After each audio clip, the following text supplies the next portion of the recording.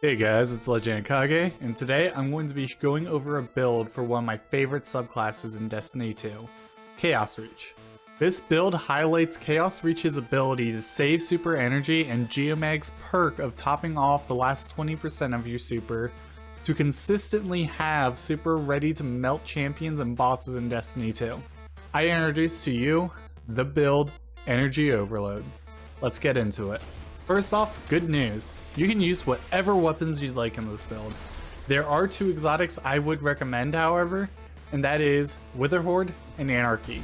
They have the ability to help deal passive damage during your Chaos Reach, which just kind of slightly boosts your DPS of it, just that smidge, to help clear champions and bosses.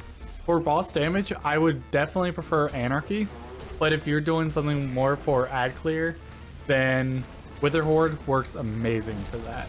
Now you simply just curate your weapons to whatever the activity needs. Next up is armor. Geomag Stabilizers are pretty much required for this build, but they can be swapped out for some niche cases.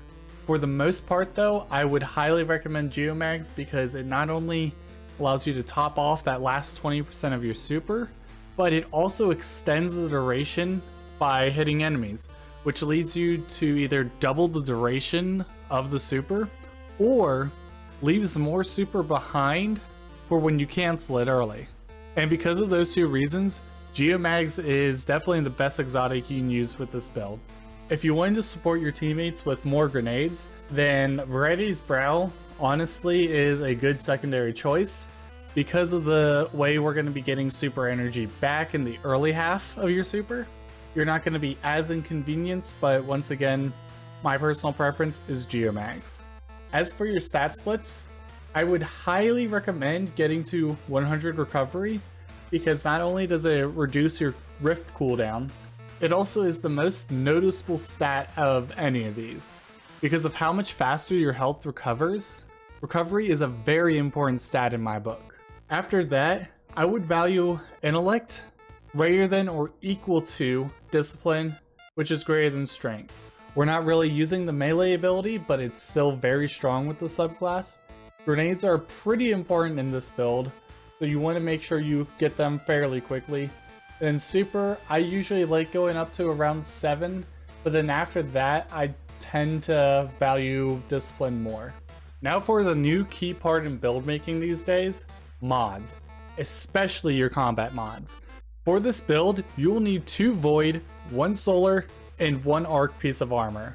My recommendations would be a Void helm and chest, a Solar bond, and Arc legs.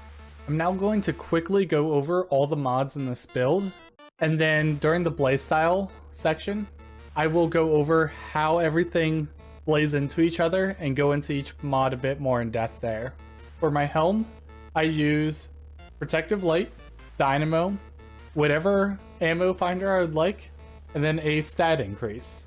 On my gloves, I use Elemental Charge, whatever champion mods I need for an activity, and then if I have room, another stat mod.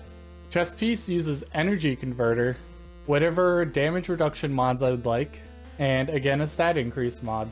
My boots use Overload Wellmaker, whatever scavengers I'd like, and then another stat increase mod. And finally, the bond, I use Supercharged, Bomber, and then whatever artifact mods, and then a stat increase mod. Now moving on to the playstyle of this build. The main loop of this playstyle is to finish enemies to get Charged with Light stacks. You get 2 Arc Wells every time you finish an enemy thanks to Overcharged Wellmaker. An Elemental Charge gives you a stack of Charged with Light every time you pick up a well. And if the well matches your subclass, you get 2 stacks per well. I will note that if you pick them up too quickly together, it will not count both. Supercharged then allows us to go up to 4 stacks of Charged with Light instead of 2. Then when we're under 50% super energy, you can just throw your grenade to convert those stacks into 25% super energy at 4 stacks Charged with Light. And also because of how easy it is to get Charged with Light in this build, I use Protective Light as a last mod just to help provide more survivability.